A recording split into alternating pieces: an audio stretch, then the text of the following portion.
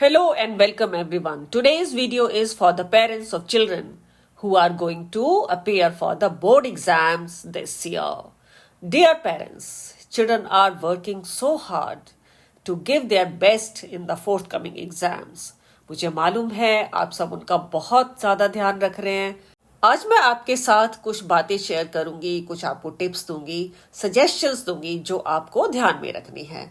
Being a parent and a teacher, I know बच्चों के ऊपर एग्जाम्स का बहुत प्रेशर होता है और सबसे पहली चीज जो आपको करनी है वो है उनकी डाइट का ध्यान रखना है. बच्चे इस टाइम पर खाना पीना भूल जाते हैं, इग्नोर करते हैं क्योंकि वो कहते हैं कि हम पढ़ रहे हैं, हमें डिस्टर्ब मत करो, हमें नहीं खाना, जब हमें भूख लगेगी हम खा लेंगे. लेकिन उनको भूख लगती है but they keep ignoring it क्योंकि वो चाहते हैं कि पहले हम जो अपना काम कर रहे हैं वो कर लें.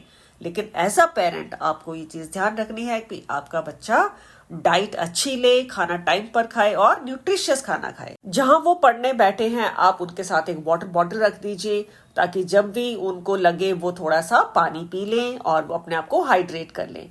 और थोड़ा सा ड्राई फ्रूट या कुछ आप बिस्किट भी रख सकते हैं ताकि उनको थोड़ी एनर्जी मिलती रहे. अब अगली क्या बात है जो हमें ध्यान में रखनी है as a parent, do not ask them repeatedly to study. हम पेरेंट्स की जो है वो आदत होती है बार बार बच्चों को कहना अरे बेटा पढ़ लो. इससे बच्चे बहुत ज्यादा इरिटेट होते हैं.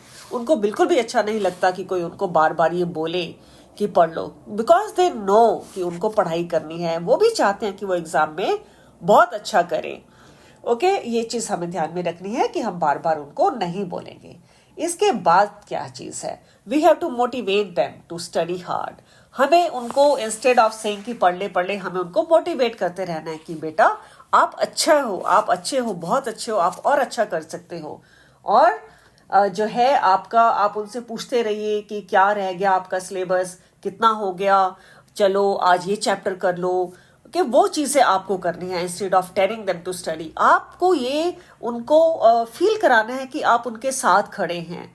आपको उनको डोमिनेट नहीं करना है इस वक्त पर क्योंकि बच्चे जो है वो बच्चे ही हैं. ओके, नेक्स्ट क्या है कि we have to teach them to manage time, कि टाइम कैसे मैनेज करना है. अब क्या होता है, कई बार बच्चे एक ही सब्जेक्ट पर बहुत सारी टाइम वेस्ट कर देते हैं. मैं वेस्ट तो नहीं बोलूंगी, बस टाइम लगा देते हैं और वो दूसरे सब्जेक्ट को इग्नोर कर देते हैं. We have to teach them to manage time. या जो है जैसे एग्जाम्स के बीच में हॉलीडेज आएंगी, बच्चे क्या करते हैं 2 दिन तो पूरा ही वेस्ट कर देंगे.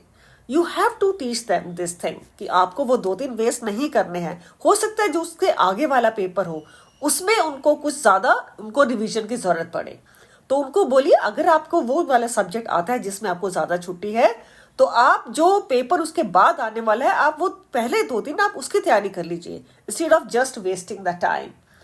एंड उसके बाद we have to help them with memory aids. Parents अगर आप ये काम कर सकते हैं तो बच्चों के लिए बहुत ही ज्यादा हेल्पफुल रहेगा. मैंने भी ये काम किया है कि बच्चों को जो स्पेशली बीएसटी इको में जहां बहुत सारे पॉइंट्स होते हैं एक एक आंसर के, आपको उसकी मेमोरी एड्स बनाकर देनी है बच्चों को. आप बुक के अंदर ही साथ साथ लिख दीजिए. अब मेमोरी एड क्या है, मैंने क्या किया था, जैसे सपोज यही वाला हम पॉइंट ले लेते हैं, हेल्प देम विद. पहला लेटर क्या है, एच है. ऐसे ही सारे पॉइंट्स के पहले लेटर वो आपको देखना कि बच्चा लर्न किस तरीके से कर सकता है. पॉइंट्स तो बच्चे जंबल ऑर्डर में लिख सकते हैं, एक्सप्लेन भी कर देंगे, लेकिन उनको याद कौन करेगा. आप उनको मेमोरी एड्स बना के दे दीजिए ताकि बच्चा जो है वो इजीली उस सारे पॉइंट्स को लर्न कर ले. एज अ पेरेंट हमारी ड्यूटी है ये कि हम अपने बच्चों के साथ बैठें, उनकी हेल्प करें. अब अगला क्या पॉइंट है कि yes parents, it is our exam time also. हम खाली ये नहीं कह सकते कि हमारे बच्चों का पेपर है, ये हमारा भी एग्जाम होता है. हमें भी उतनी ही मेहनत करनी पड़ेगी जितनी मेहनत बच्चे कर रहे हैं. मीन्स हर चीज का ध्यान रखना पड़ेगा. हमारा एग्जाम ऐसे होता है कि हम किस तरीके से अपने बच्चे के साथ खड़े हैं, हम किस तरीके से बच्चे को मोटिवेट कर रहे हैं, हम किस तरीके से अपने बच्चे की पढ़ाई में उनके साथ हैं, हम किस तरीके से उनकी हर एक छोटी छोटी चीजों का ध्यान रख रहे हैं, उनके खाने का ध्यान रख रहे हैं. ये सब चीजें हमें ध्यान में रखनी है और हमें उनकी पढ़ाई में भी उनका साथ देना है. उनकी मेमोरी एड्स में अगर हम बच्चे को पढ़ा सकते हैं तो डेफिनेटली आई एम श्योर हम सब पेरेंट्स चाहेंगे कि हम अपने बच्चे को पढ़ा लें. कोई भी सब्जेक्ट अगर हमें आता है तो हम अपने बच्चे के साथ होते हैं और अगर बच्चा ये चाहता है कि हम आप की मम्मी मेरे से कुछ सुन लो कि मुझे याद नहीं हो रहा, definitely we are going to help them. अब एक चीज और हमें ध्यान रखनी है, वो ये है कि हमारा बच्चा अच्छे से सो ले। बच्चे क्या है, वो टाइम पर सोते नहीं है, पूरा नहीं सोते हैं। एक एक दो दो घंटा सोने से बात नहीं बनेगी, तो वो जल्दी टायर्ड हो जाएंगे और एग्जाम में अच्छा नहीं कर पाएंगे। We have to make sure that they sleep well. आपको उनको गाइड करना है कि बेटा सोना भी बहुत जरूरी है एग्जाम टाइम में। और yes, very important thing, do not scold them for anything during exams. हम भी थक जाते हैं काम करके, हमें पता है, लेकिन हमें अपना वो गुस्सा बच्चों पर नहीं निकालना है। एटलीस्ट फॉर दिस 1.5 month हमें अपने बच्चों के साथ खड़े होना है। We have to stand with them for everything.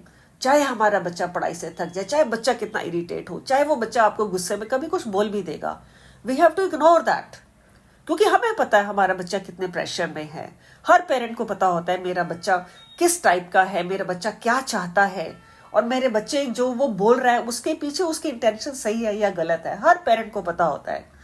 Okay, हम उनको किसी भी चीज के लिए डांटेंगे नहीं कि तुमने टाइम वेस्ट कर दिया, तुम क्या पढ़ रहे हो, तुम ये क्या कर रहे हो, तुम फोन छोड़ दो, ये कर दो। अगर बच्चा फोन पर बैठा है, आपको उसको प्यार से बोलना है कि बेटा बस ये कर लो, इसके बाद आप फोन बाहर रख दो। बच्चा अपने आप रखेगा। अगर उसको डांटेंगे तो बच्चा रिबेल करेगा, वो आपकी बात सुनकर भी नहीं सुनेगा। Okay, we have to be with them, we don't have to scold them for anything. और एक और चीज आपको करनी है dear parents, that you have to visit the examination centre a day before. ये बहुत ही इंपॉर्टेंट है। कई बार हमने देखा है जब फर्स्ट पेपर होता है तो बच्चे जो है सेंटर पर लेट पहुंचते हैं। क्यों? क्योंकि उनको सेंटर का आइडिया ही नहीं होता कि कहां पर है। आपको एज अ पेरेंट आपको क्या करना है, वो सेंटर को 1-2 दिन पहले या हफ्ता पहले, जब भी आपको टाइम मिले, आप वो सेंटर देखकर आइए कि वो कहां पर है और आपके घर से कितनी दूर है, कितना टाइम लगेगा आपको सेंटर पे पहुंचने में। आप उस हिसाब से अपना टाइम मैनेज करके एग्जाम वाले दिन निकलेंगे। उस दिन बहुत रश होता है डियर पेरेंट्स, आपको ये चीज ध्यान में रखनी पड़ेगी।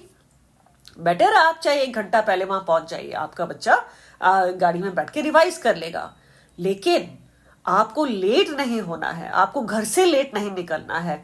चाहे आपके घर से सेंटर मान लीजिए 15 मिनट दूर है, आपको ये नहीं करना है कि मैं 15 मिनट पहले निकलूंगा। नहीं, आपको 1 घंटा पहले निकलना पड़ेगा, एटलीस्ट 45 मिनट्स पहले, क्योंकि सड़क पर इतना ट्रैफिक होता है। हमने देखा है, मैंने खुद देखा है बच्चों को रोड पर भागते हुए, क्योंकि पेरेंट जो है इतना ट्रैफिक जाम हो जाता है कि पेरेंट की गाड़ी हिल ही नहीं रही है सड़क से, और बच्चे भागते हुए सेंटर तक पहुंचते हैं और ऑब्वियसली लेट हो जाते हैं। फिर आपको ये चीज बहुत ध्यान रखनी है कि आप घर से जल्दी निकलेंगे और सेंटर पर जल्दी पहुंचेंगे। चाहे आप वहां पर आप कितनी वेट कर लीजिए एग्जाम से पहले, वो बेटर है इंस्टेड ऑफ गेटिंग लेट। अब एक और चीज, हमें अपने बच्चे का किसी दूसरे के साथ कंपैरिजन अवॉइड करना है। हम ऑफन ये कह देते हैं, अरे अपने फ्रेंड को देखो कितना पढ़ता है, अरे पड़ोसी के बच्चे को देखो कितना पढ़ रहा है। हमें ये नहीं करना है। हमारे बच्चे की जितनी कैपेबिलिटी है, जितनी उसकी कैपेसिटी है, जितनी उसके अंदर एनर्जी है, उस हिसाब से बच्चा पढ़ता है। हमें कोई भी 2 बच्चे जो है वो एक जैसे नहीं होते हैं। हमें ये काम नहीं करना है। कंपैरिजन से फिर बच्चे इरिटेट होते हैं और वो अच्छा परफॉर्म नहीं करते हैं। और एक और चीज, we have to help them in packing stuff the day before the exam. हमें उनका पेंसिल बॉक्स, क्योंकि बच्चे पढ़ाई में बिजी होते हैं, हमें उनका पेंसिल बॉक्स, एडमिट कार्ड, जो भी चीजें बच्चे को चाहिए होती हैं, पेन है, जैसे मैथ्स का पेपर है तो कुछ थोड़ा सा स्केल वगैरह एंड ऑल जो भी उनको चाहिए होता है मैथ्स के पेपर के लिए, वो सब चीजें हमें, उनका स्टफ जो है पूरा pencil box with admit card, वो सब चीजें हमें बच्चों के लिए वो पैक करनी पड़ेंगी। और बच्चों से कंफर्म कराना पड़ेगा कि बेटा एक बार आप ये सब चीजें चेक कर लो कि ये सब चीजें आपकी आ गई कि नहीं आ गई। Let the child do it, क्योंकि शायद आप कुछ भूल जाएं। बच्चे को पता होता है मुझे कल एग्जाम में क्या क्या चाहिए, कि confirm it from the child कि आप एक बार चेक कर लो इसको। ओके, और उसके बाद का जो पॉइंट है हमारा वो है कि हमें यह ध्यान रखना पड़ेगा कि बच्चों का स्टडी टेबल जो है, जहां पर भी बच्चा आपका बैठ के पढ़ता है, वो चीज हमेशा साफ होनी चाहिए। और जो उसका स्टडी मटेरियल है that should be well arranged, क्योंकि उससे पॉजिटिविटी आती है।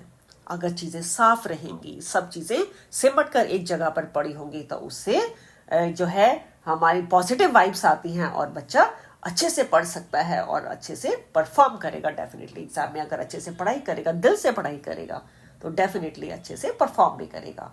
You have to keep telling your child to always stay positive and be confident that yes, I have prepared well and I will do well in the exam. Yes, I'm sure child will do well in the exam. Stay tuned for more videos on different topics. इस video को like करिए, channel को subscribe करिए और अपने friends के साथ भी शेयर करिए। Thanks for watching my video.